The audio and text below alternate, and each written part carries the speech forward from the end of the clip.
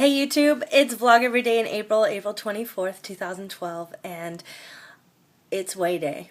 I just kind of wanted to talk about the scale a little bit.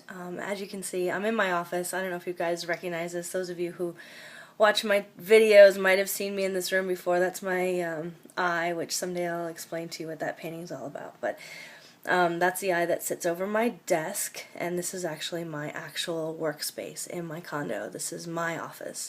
Nick works from home too, but he has a different office. Something else you might see in the background is my medical scale. Right there. Hello. I bit the bullet a few years back and bought an actual medical scale with weights and balances, and thought that that would be the most accurate and most calibrated scale. I know a lot of people rely on digital scales and look for that 0.2 or 0.1, but I go old school and rock it on the balance and find that it's pretty accurate. Sorry, truck just went by. It's a pretty accurate scale. It's pretty much right to my doctor's scale, and it seems to be pretty accurate for me, so I go by that.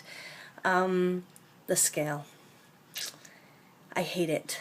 I hate that measurement. I hate that weight measurement, and I think all of us kind of have a tendency to put too much weight, so to speak, on that bloody number. And if you're anything like me, and I guess you guys are, that number is something that's really hard not to define yourself by, and it's almost intimidating and scary to get on the scale. And you know, every time I've lost weight in the past, you know, seeing the number drop gets me, takes a little bit of fear away, gets me a little bit more excited, and I kind of become desensitized to the number, and I just focus on the fact that the number is going down. And that's kind of what I have to do. But the truth is, I've got the kind of system, and I don't know why this is, but it's been like this for years, that I retain crazy amounts of water. My body fluctuates up and down on the scale within hours of each other, within days. I can gain 12 pounds of water overnight, and a lot of that is hormone related. I drink plenty of water. I watch my sodium, all the things that a normal person who has water retention and edema issues would do. And I'm overall a very healthy person. My body just tends to hold water, especially when I'm hot, and I kind of hold a lot of heat in my body. I'm a very warm person. People call me a furnace because if you just walk past me, you can feel the heat radiating off of me. I'm just hot all the time. But when I'm cooler, my body tends to constrict, and it seems like it releases the water, which is a really strange phenomenon, but it's something that I monitor and I keep track of. So weighing myself, a lot of people have asked, you know, do you weigh yourself weekly, daily, monthly? You know, I weigh myself and take that number as a truth when I kind of feel myself, I feel like it's a good day. And that's, I'm being totally honest with you. You know, I go by that, and sometimes, you know, there will be an entire week, like the week of shark bait, when I won't weigh at all, because I know I'm going to have between 8 and 17 pounds of water on me. Just water retention, and I'm not going to get on the scale and blow my psychological aspect of losing weight, because it's just psychological, and it's just a number. My clothes are still fitting amazingly well. My jeans, my clothes, like everything's starting to fall off of me. I took off a pair of pants today that used to be so tight I had to hold my breath and lay down on the bed to zip them up, and today I pulled them off without unbuttoning them, so I was so excited. But with that said, I did get on the scale. Now that I'm home, you know, I've got the travel water off of me. I've got, you know, I'm back on the stick hardcore since Sunday, and I got on my scale, and now the friends that I was at 40 pounds. I had lost 40 pounds. And on my scale here, I'm still showing that I'm down 40 pounds. So as far as I'm concerned, I'm still down 40 pounds, and that's exactly where I am. Maybe I've lost a little bit more, maybe my body's not showing it yet. Hopefully I'll have a good week. But I just wanted to let you guys know that Weighing for me is not a science like maybe it is for most people, and I have a feeling that more people are like me than not, that your weight just fluctuates so wildly that maybe you don't ever get an actual accurate number. So I try not to hold myself and my feet to the fire to pounds lost, oh my gosh, I'm only down 0.2. Well, so what? Maybe I needed to pee or something. I try really hard to be realistic about it and to understand that, my body is a living, breathing organism that ebbs and flows. And, I'm made up of carbon and water and other molecules and atoms and substances that, weigh different amounts, I guess, at different times, depending on what my makeup is that day or what I've eaten.